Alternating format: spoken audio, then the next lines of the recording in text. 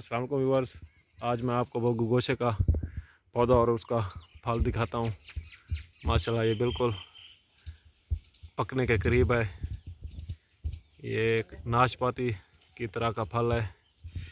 नाशपाती थोड़ी सख्त होती है लेकिन ये बड़ा नरम और मुलायम होता है और खाने में बहुत मीठा और लजीज होता है।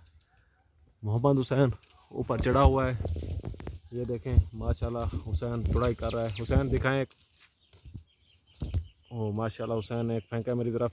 ये देखें अभी इसे कुछ पकने में देर है लेकिन ये जब पक जाएगा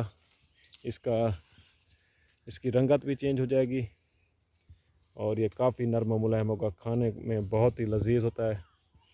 ये देखें ऊपर तक माशाल्लाह लगा हुआ है। नीचे से बच्चों ने खा लिया है,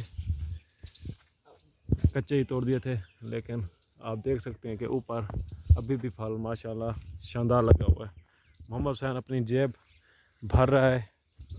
मोहम्मद हुसैन बस करो यार, अभी कच्चे हैं थोड़े। ये देखें माशाल्लाह बहुत ही शानदार।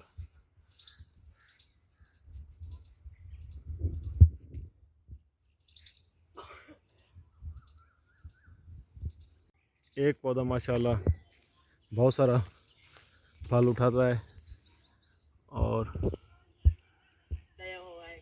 आप इसे घर में लगा कर अपने घर की ज़रूरियात पूरी कर सकते हैं माशाल्लाह।